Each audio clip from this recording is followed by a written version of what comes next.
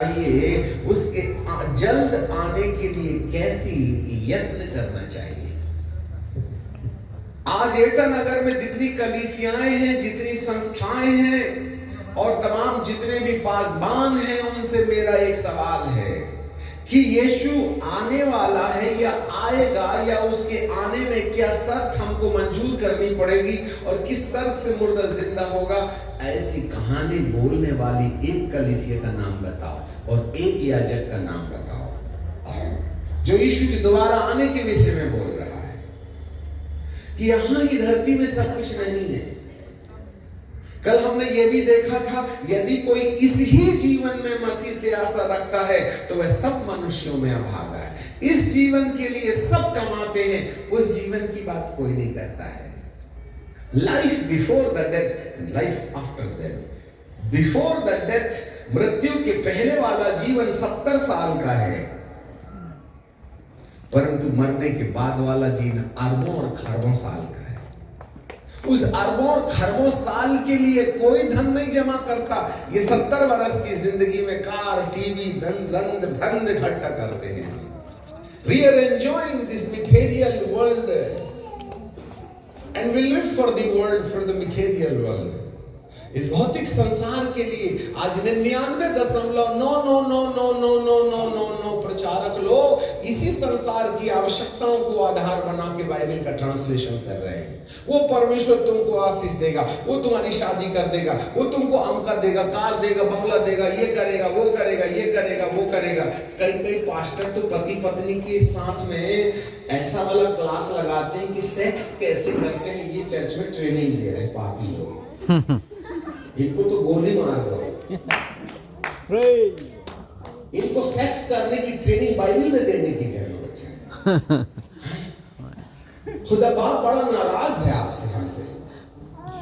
उसके आगमन के बारे में कोई नहीं बोलता। सब 70 वर्ष की जिंदगी के लिए कंफर्टेबल जोन के बारे में बात करते हैं, परंतु अनंत काल के जीवन के बारे में कोई बात नहीं करना चाहता है। जबकि बाइबल का परमेश्वर कहता है उस दिन की वाट किस रीति से जोहना चाहिए और उसके जल्दी आने के लिए कैसे यत्न, कोशिश, विश्वास नहीं, कोशिश।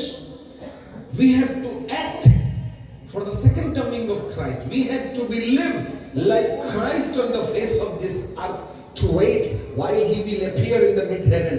मध्य आकाश में जब वो प्रकट होगा, हमको कोशिश करना चाहिए। विश्वास करने से ज्यादा काम नहीं बनेगा।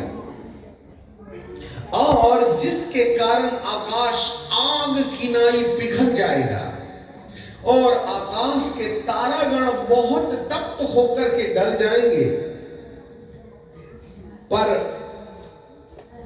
उसकी प्रतिज्ञा के अनुसार, ध्यान देना, उसकी प्रतिज्ञा के अनुसार एक नए आकाश और एक नई पृथ्वी की आशा देखते हैं जिसमें धर्मी जन वास करेंगे। नए आकाश और नई पृथ्वी।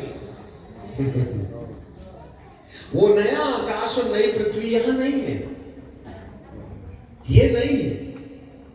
इसी आकाश को जब वो पिघला देगा, सारे मटेरियलिस्टिक तत्व पिघल जाएंगे, ये पृथ्वी को जला देगा और जला करके फिर से रिफॉर्मेशन करेगा।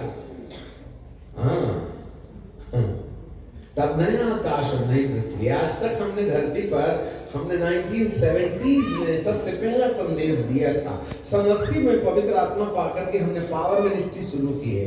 इन 43 और 53 सालों के अंदर एक नए आकाश की कहानी मैंने 2 पन्ने में नहीं पढ़ा, और न ही विश्व की कोई थियोलॉजी हमें इस नए आकाश और नई पृथ्वी की कहानी बता रही। तो कौन से टाइम, फिर किस आशीष के लिए तुम अपना समय खर्च कर रहे हो?